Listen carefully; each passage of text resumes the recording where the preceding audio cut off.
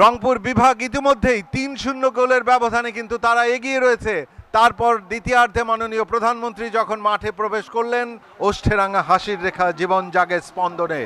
লক্ষ্য আশা অন্তরে, ঘুমিয়ে আছে মন্তরে, ঘুমিয়ে আছে বুকের ভাষা পাপড়ি পাতার বন্ধনে।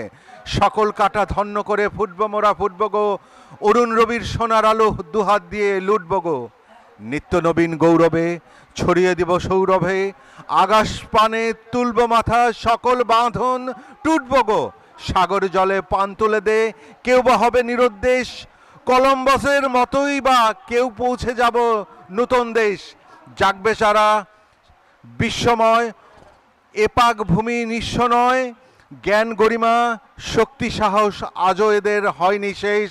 কেউ বা হবে সেনানায়ক, গর্ব নূতন সৈন্যদল, সত্য ন্যায়ের অস্ত্র নেব, নাইবা থাকুক অন্য বল। দেশের ভালো খুঁজব গো, ব্যথির ব্যথা বুঝব গো, ধন্য হবে দেশের মাটি, ধন্য হবে অন্য জল। জ্ঞান গরিমা শিখব বলে কেউ বা যাব জার্মানি, সবার আগেই চলবো মোরা, আর কি কব হার মানি। শিল্পকলা শিখব কেউ। মাননীয় গণপ্রজাতন্ত্রী বাংলাদেশ সরকারের মাননীয় প্রধানমন্ত্রী জনাব তারেক রহমান এমপি রীতিমতো প্রমিলা ফুটবলার সহ নতুন প্রজন্মদের মাঝে তিনি উপস্থিত হয়েছেন, তাদেরকে অনুপ্রাণিত করবার জন্য, উদ্ভাসিত করবার জন্য এবং নতুন প্রজন্মকে প্রাণের স্পন্দন ফিরিয়ে দেবার জন্য।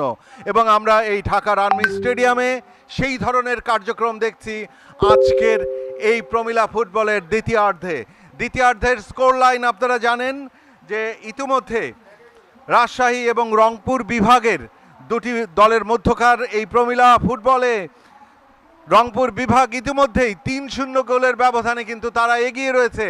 তারপর দ্বিতীয়ার্ধে মাননীয় প্রধানমন্ত্রী যখন মাঠে প্রবেশ করলেন এবং তিনি সেই সময় এই নতুন প্রজন্মদের মাঝে নতুন করে স্পোর্টস 2025-26-এর গ্র্যান্ড ফাইনালের মধ্যবিরতিতে